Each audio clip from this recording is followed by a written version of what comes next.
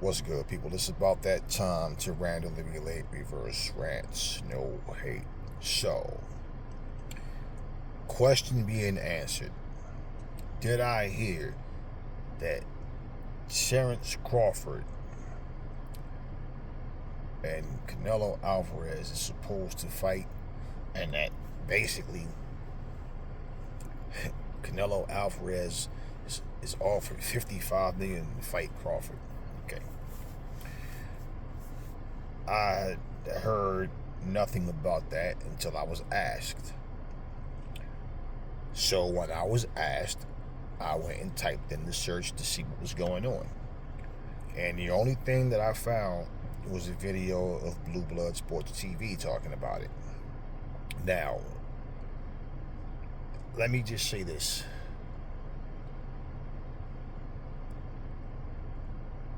First off, everybody's jumping way ahead. Okay. The rematch with Errol Spence and Terence Crawford is happening. Okay, it's happening. Now, Blue Blood ended up saying that it was happening at 154. Maybe, so if that's the case, okay, well, Errol Spence got his wish. That is happening at 154. Okay, fine. Regardless to the fact of the majority of us thinking that Terence Crawford is going to beat Errol Spence in the rematch, fine, but he has to actually do it first.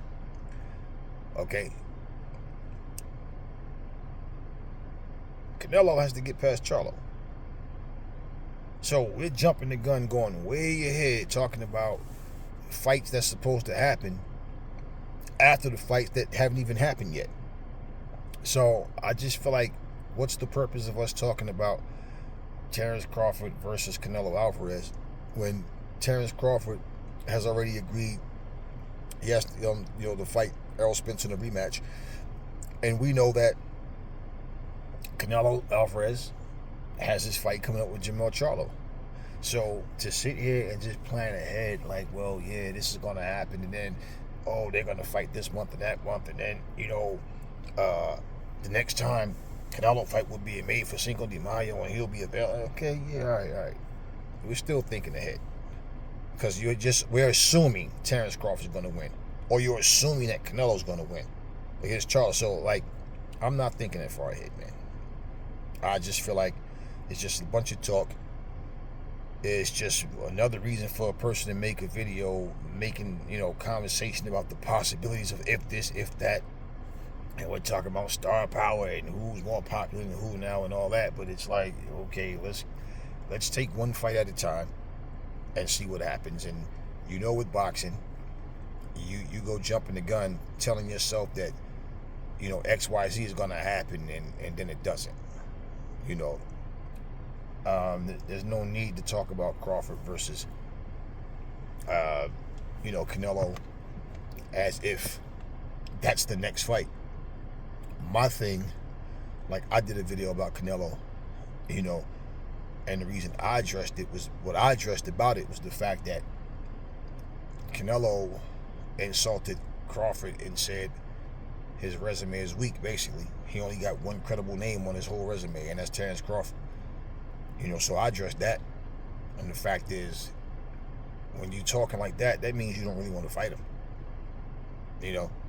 So, but in terms of just the fight itself, like, nah, man, come on.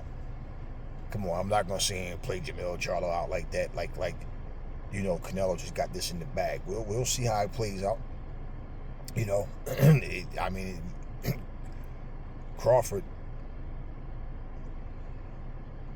The one thing I do like is this: Crawford is willing to go to 168. And Blue Blood got a point on that one. I agree. Because Errol Spence was talking about a catch weight of 164. And, I look, man, for me, I fuck a catch weight, man. Fuck a catch weight. For me, I just feel like, let's just go rumble. Where, if it's at 164,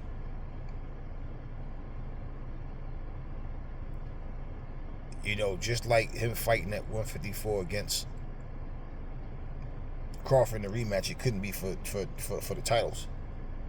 You know, I mean, well, yeah, people have defended this shit at catch weights, but I just, to me, look, I understand, like I said, a catch weight is, you know, I don't see why Spence won't just go to 168.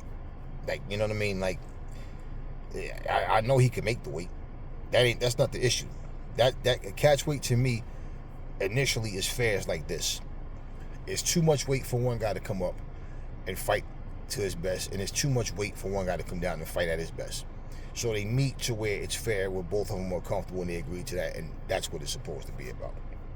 So Errol Spence is definitely big enough to fight at 168. I respect and commend Terence Crawford for saying, nah, I go to 168 and fight him, because that's what you want to do, and that's why I said in the previous video, I don't believe Terence Crawford is gonna, you know, take the route and say, nah, we're gonna do it again at 147, because look, and you got to understand something. When you are given opportunities, right? When somebody they get in there and y'all fight, and Terence Crawford himself even said, Spence gave me the opportunity, so the least I could do is, you know, bottom line, we're gonna run this back. But, you know, he's like, no excuses. And look, if they both struggling to make weight, then they both benefit for fighting at 154. It's just not for the titles, and that's understandable, because I don't want to see you come in at 154 fighting for, you know, 147-pound titles. That just makes no sense. But, you know, everybody's jumping the gun, man, talking about this fight. Like, bro, we didn't even get the rematch yet with Crawford and Spence, and we didn't get, you know, Jermell Charlo and, you know, Canelo. So why are we talking about what's going to happen in 2024? Like, why are we even thinking that far ahead? So that's the only thing I heard about it. Bottom line, people were speaking as if